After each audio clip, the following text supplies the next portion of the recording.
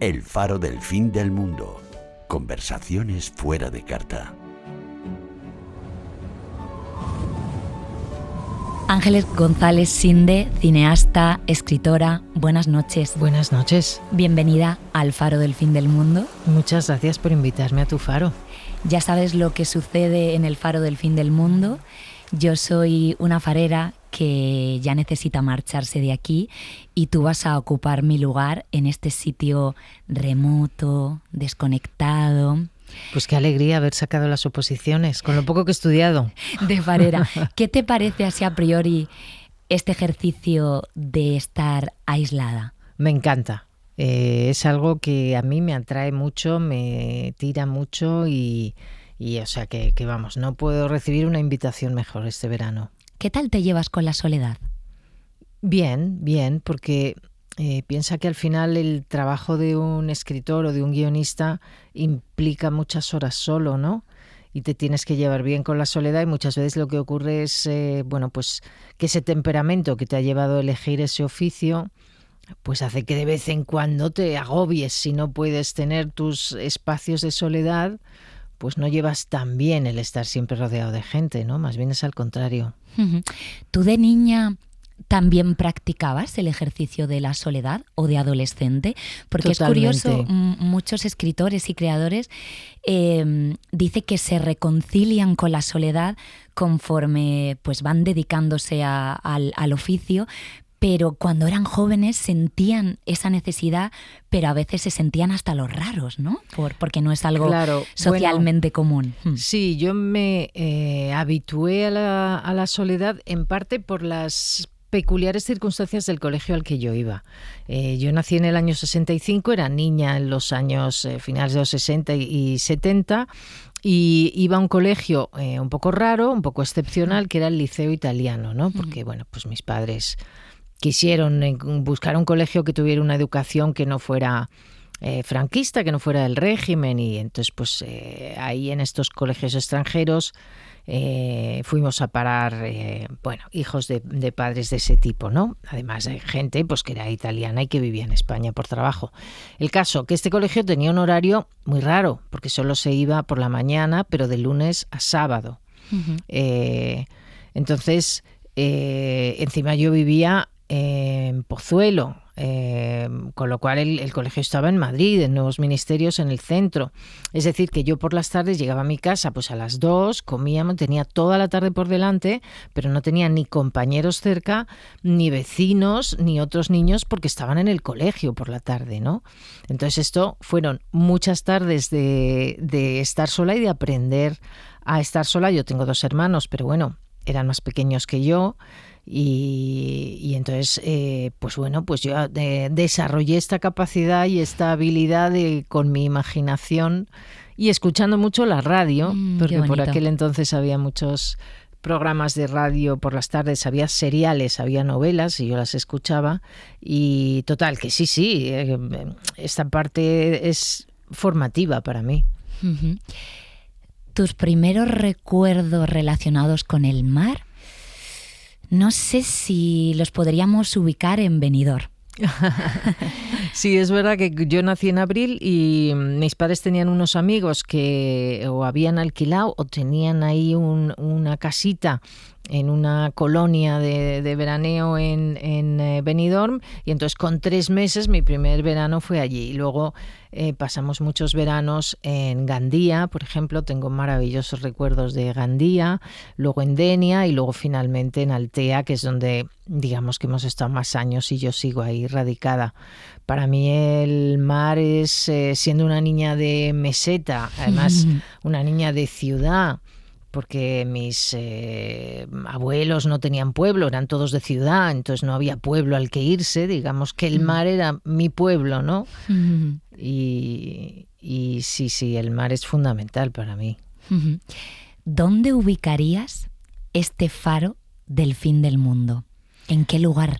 Esa es una pregunta muy difícil, porque mira que he estado en lugares de costa maravillosos, pues siempre tiene que ver con, en mi caso, en el de muchos cineastas, pues o gente de la cultura, viajamos mucho siempre ligados al trabajo, ¿no? Pues está en Uruguay, en en esa costa maravillosa de Uruguay trabajando con Luis Puenzo, o he estado en Cuba muchas veces en la Escuela de Cine San Antonio de los Baños dando clase, y entonces pues luego íbamos en los fines de semana pues un poco a la playa, a la costa, pero creo que buscaría dentro del Mediterráneo de algún país que no sea el mío y yo no conozca.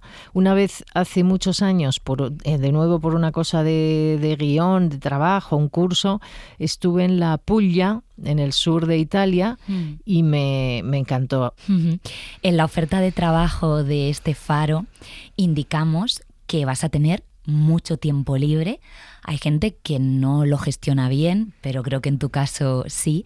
¿A qué vas a dedicar la gran cantidad de tiempo que vas a tener? No sé si a terminar algún libro en el que estés trabajando, algún guión, si vas a leer mucho. Sí, voy a leer mucho, voy a escribir también, y sobre todo para mí es fundamental no solo escribir o leer o tal, sino aprender cosas, ¿no? Uh-huh. Algo de lo que me parece muy apetecible de este aislamiento y de ese tiempo que se abre, ¿no?, a disposición, en lugar de este tiempo confeti que vivimos en la ciudad, que son, ay, tengo 10 minutos aquí, ay, tengo un cuarto de hora ya, ay, se me ha liberado media hora. No, el poder tener espacios grandes de tiempo, pues me gustaría dedicarlos a aprender. Igual, pues depende cómo sea esa zona, pues igual puedo aprender cosas de botánica que no sé nada, o algo que me encantaría aprender, si me puedo llevar el ordenador y hay buena cobertura, pues a hacer, poder construir mis propios relatos con animación, aprender a hacer, manejar esas cosas. Qué bueno. Sí, siempre algo que tenga que ver con el aprendizaje. Uh-huh. ¿Qué sentirás cuando caiga la noche por primera vez? Hombre, siempre la primera noche en un lugar nuevo te da como un poco, ¿no?, de repelús, porque esa noche que se abre por delante no sabes cómo va a ser. La noche es tan distinta del día, es una frontera que tu cabeza se activa de otra manera, ¿no? Y tampoco sabes muy bien por dónde te va a llevar. Así que con un poco de respeto esa primera noche. Pero bueno, también con la expectativa de ese primer amanecer, que eso será muy bonito. Sí. Vas a echar de menos, ya te aviso, a tu gente querida. ¿Quiénes son tus personas faro? ¿A quiénes podrías escribirles cartas desde aquí? En el caso de que se pudiera, pero ya aviso que no se puede. Sí, es un aislamiento de monja de clausura, sí. Pues tengo una constelación, digamos, de amigas y amigos, algunos de ellos, algunas sobre todo, pues muy, muy antigua, desde el colegio, desde que teníamos 4 años, que siguen estando muy presentes en mi vida, ¿no? Y esa constelación de amigas pues serían las personas referente y tus algún faros, amigo, ¿no?, a los que estaría deseando pues poder escribir y también recibir, ¿no?, ese regalazo que es tener una carta, que es tan escaso hoy en día, prácticamente inexistente. Uh-huh. A veces buscamos el aislamiento cuando necesitamos curar una herida. Estoy acordándome de tu libro, Después de Kim, que luego lo convertiste en película, que es un libro que habla de los vínculos, de la necesidad de reconstruirse, también de qué pasa cuando dos personas se separan, ¿no? Dos personas que han estado muy unidas y de repente todo eso se rompe y nos convertimos en desconocidos, pero a veces nos tenemos que volver a unir. ¿Tú eso de aislarte para superar un dolor del tipo que sea, lo has practicado? ¿Has necesitado en momentos de tu vida buenos, de naufragio, sí, buscar eso? Hombre, los momentos de soledad son necesarios porque son los momentos en que, digamos, te autorregulas emocionalmente, pero hay que tener cuidado porque a veces también puedes caer en un pozo de pensamientos recurrentes o que te machacan, y entonces hay que saber también cuándo romper ese aislamiento, ¿no? Y yo creo que por suerte sí he sabido pedir ayuda cuando la he necesitado, porque lo que no creo es que tú salgas de algo duro que te ha pasado en la vida, de un golpe solo. Creo que necesitamos de los demás y los demás pueden ser alguien que tenemos cerca, pero también puede ser un programa que escuchamos por la radio, ¿no? Quiero decir eso. Que hay una comunicación con los desconocidos, pero la experiencia de los otros también te sirve. Cuando te pasa algo malo, si tú de pronto tomas conciencia que a otras personas también les ha pasado lo mismo que a ti, pues eso, al menos en mi caso, me reforzó mucho. Te hace verte desde otro lugar, ¿no? Desde formando parte de una comunidad de otras personas heridas que, bueno, que salieron adelante o que han rearmado su vida de otra forma, o al menos que están soportando ese peso como tú, ¿no? Yo cada vez practico más eso de, oye, estoy de duelo y voy a pasarlo. Sí. Porque he sentido a veces verdadero estrés ante eso y he dicho, oye, estoy mal, no pasa nada, es lo que toca, ¿no?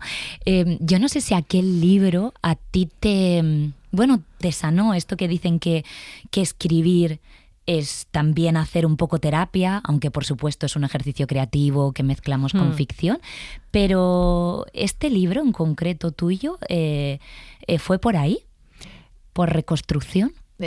Sí, no sé tanto si por reconstrucción, sino por encontrar esos momentos, como tú dices, de detenerte, ¿no? De detenerte. Porque ahora estaba leyendo un libro que se llama Seguir viviendo, de una señora americana americana en realidad ya era alemana de origen, que sobrevivió a los campos de concentración y estas cosas. El caso que ella dice una cosa que a mí me parece muy cierta, y es que la muerte te propone tareas. Ya. ¿Sabes? La muerte de un ser querido te propone tareas. Una de las tareas puede ser revisar cómo he vivido hasta ahora. Y una separación también. Claro, y si es así como quiero seguir viviendo, ¿no? Uh-huh. Y entonces esas tareas, pues cada uno las hace. Uno que haga mucho deporte, pues a lo mejor las canaliza en salidas a la montaña o en correr la media maratón. Cada uno tiene su sistemilla. O otro que le guste tejer, pues digo que hay tareas que para cada uno encuentra esa elaboración del duelo de una forma. Pero yo creo que sí es importante ponerle palabras, ¿no? Y mi terapeuta siempre habla de empalabrar el duelo. Y no hace falta ser un profesional de la escritura para eso, porque tú puedes hacerlo en una conversación con otra persona o puedes hacerlo... Una carta a ti mismo. Claro. Uh-huh. Te hemos pedido que traigas una maleta para estar este tiempo aquí.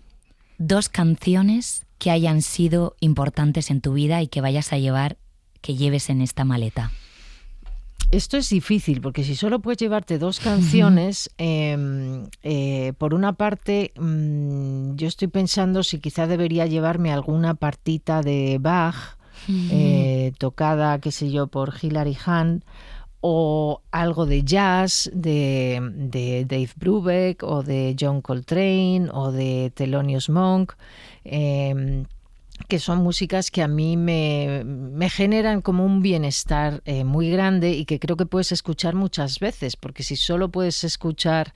Pero luego pienso que quizá necesitaría escuchar una voz humana, y entonces he pensado que en esa maleta metería el romance de Currito el Palmo de Joan Manuel Serrat, que es una canción de uno de sus discos de los años 70. Bueno, todas estas músicas que te digo están muy vinculadas a mi infancia. Son las músicas que mi padre ponía y escuchaba muchas veces. Mi amor, sin ti no entiendo el despertar. Ay, mi amor, sin ti mi cama es anhecha. Ay, mi amor, que me desvela la verdad,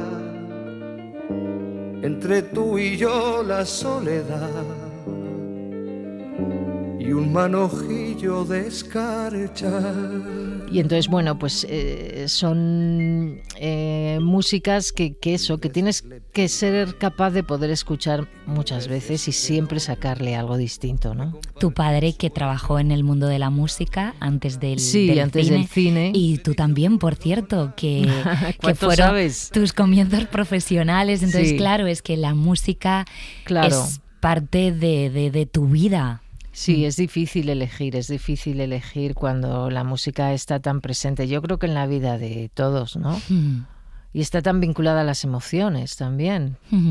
2 películas, una tuya y otra de otro director o autor diferente. Pues bueno, películas, pues siempre los directores te diremos la última que hemos hecho, que en este caso es Después de Kim y se ha estrenado hace muy poco, esta primavera. Y una película, pues mira, yo me llevaría una película que sea una película que se parezca a la vida. A mí me gustan directores como Héctor Escola, que hizo una película que se llama La Familia, o otra película francesa que se llama Milú en mayo, que igual es el cumpleaños del abuelo y se reúne todo. Entonces, o por supuesto Fanny y Alexander de Bergman, ¿no? Ahí vienen ya. Alexander, acuéstate. Fanny, métete en la cama, acuéstate. Y ahora vamos a rezar. Gracias, Señor, por este día. Ayúdame a ser un buen niño. Que mi ángel me proteja toda la noche. Dios bendiga a papá y mamá, al abuelo y a la abuela. Y al tío Edward. Y a mí y a mi hermana. Películas corales en las que hay muchos personajes, en las que hay conflictos ricos, en los que tú puedes también ahí un poco proyectarte. Y esas son las películas que yo creo que me reconfortaría poder ver si solo pudiera ver una película en mi aislamiento. Te dejamos 2 libros, una ficción y un ensayo. Un ensayo, pues un libro que además es que es tan gordo que estaría bien porque me cundiría mucho y me daría pie para otras cosas, es Pensar rápido, pensar despacio, de Daniel Kahneman. ¿De qué trata? Es un libro, es un psicólogo que ganó el premio Nobel. Ya murió Daniel Kahneman, porque él, trabajó mucho, se especializó en las teorías de cómo hacemos las elecciones las personas, cómo elegimos, ¿no? Y en este libro, pues es toda una teoría de cómo funciona nuestro pensamiento y cómo tomamos decisiones, ¿no? En todo momento, microdecisiones de las que no somos ni conscientes, macrodecisiones, cómo funciona nuestra memoria, cómo funciona todo nuestro sistema de recompensa, de expectativa, de adelantarnos al resultado, de razonamiento. Y es un libro que a mí me ha parecido muy revelador, la verdad. Aparte que me encanta cómo está escrito él, la voz desde la que habla este psicólogo Kahneman, y me resulta muy próximo. ¿Y la ficción? Pues la ficción, también eso es bastante difícil, pero quizá me llevaría o el léxico familiar de Natalia Ginzburg, por ejemplo. Sí, yo creo que algo así. Esas novelas tienen mucha riqueza, ¿no? Te dejamos un objeto material que no tenga que ver con la supervivencia, porque de supervivencia tienes todo garantizado. Sí. Así que es un objeto emocionalmente importante para ti. Para mí sería importante llevarme unos lápices de colores y unos cuadernos para dibujar. O sea, esto sí me costaría. Los use o no cuando... ¿Dibujas? Sí, no dibujo muy allá, pero sí que es una tarea que, mira, por ejemplo, cuando yo perdí a mi hermano menor, cuando él tenía un accidente de tráfico, él tenía solo 37 años, y ahí, en lugar de escribir, lo que hice fue dibujar mucho. Me dio por dibujar y dibujar y dibujar mandalas, que era un rellenar, o sea, colorear, estos libros de colorear. Te aliviaba. Que es la cosa más absurda. Pero pues es lo que en ese momento necesitaba. Y a mí me gustaba mucho en esas tardes de infancia, que te digo, solitarias, dibujaba un montón. Y entonces pues es algo que yo creo que sí, o sea, no me arriesgaría a irme sin lápices de colores y estas cosas, y rotuladores o acuarelas o lo que fuera. Acuarelas es un poco complicado, pero mira, sí tendría algo que aprender. Qué bueno, estamos ya llegando al final. Qué gran proyecto has dejado en tierra. Siempre hay proyectos que se quedan en tierra. Me matriculé en una carrera en antropología hace unos años y no conseguí sacarlo adelante.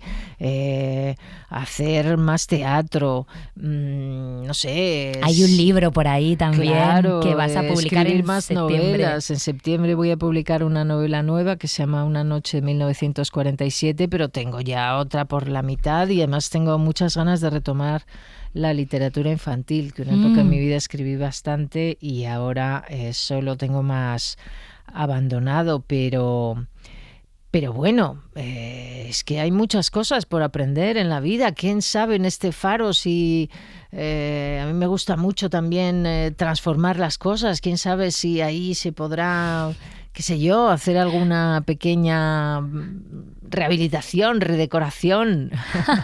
Oye, y si esta historia fuera una película, ¿la protagonizarías tú como actriz o Adriana Ozores? Pues es muy probable que fuera Adriana Ozores, la verdad, la que es una se fuera al faro. Muy especial para ti, ¿verdad? Sí. Cuenta por qué. Bueno, he trabajado muchas veces con ella y además también en teatro, en una función que la propia Adriana dirigió y yo le hice el texto y... Bueno, me gusta esa sensibilidad que ella tiene y al mismo tiempo esa firmeza, su capacidad de mostrar la contención, pero también sabiendo que esa persona por dentro está rumiando y pensando y a lo mejor a punto de desbordarse. Y luego también algo que es muy importante para mí, que es el sentido del humor. Ella tiene esa capacidad de hacer todos los registros, el humor, el drama y incluso en la misma película y en la misma escena, ¿no? Y luego su manera de trabajar, pues también en eso coincidimos en nuestro estilo de trabajo. Hay otros actores o actrices que enfocan su trabajo de otra manera. Pero bueno, sí, posiblemente Adriana, claro. Me parece muy bien porque... Es que ya está la película en mi cabeza, ya la veo. ¿Verdad? Es que además ya te advierto que en este faro del fin del mundo pues hay días soleados, pero también hay días de tormenta, días de frío, días de mucho calor. Para terminar, ¿a qué recuerdo o a qué imagen te vas a agarrar en esos días más difíciles de tormenta? Hombre, las imágenes a las que uno se agarra es a los afectos, ¿no? El otro día estaba con el padre de esta amiga mía que conozco desde los 4 años, Enrique Hidalgo, que él ha sido matemático y bueno y muy aficionado a la montaña, total, pero ahora tiene 95 años, no puede salir de casa, tiene un montón de achaques y me decía, en mi cabeza tengo unos compartimentos donde cuando estoy más desesperado o más, encima está muy sordo, pero me siento más aislado, más frustrado, yo voy a esos tubitos donde están todas las personas, todos los lugares donde me ha gustado estar, las personas a las que he querido. Me dijo una cosa muy bonita, me dijo que yo también estaba en uno de esos compartimentos, o sea que tomando el consejo de una persona que tiene 95 años, creo que los afectos y los momentos vividos, que a veces no tienen que ser ni tan importantes como una boda, como una gran celebración, sino, bueno, pues un paseo que di en Atenas con mi pareja o una excursión con mi hija a una granja escuela en que nos manchamos los pies de barro y nos reímos mucho, esas cosas. Qué bueno. Me emociona mucho escucharte, Ángeles. Muchas gracias por decir que sí a esta aventura. Va a ir fenomenal en este faro y fuera de este faro. Y muchísimas gracias por jugar con nosotros a este faro del fin del mundo. Gracias a vosotros. Un abrazo, hasta pronto. Hasta pronto.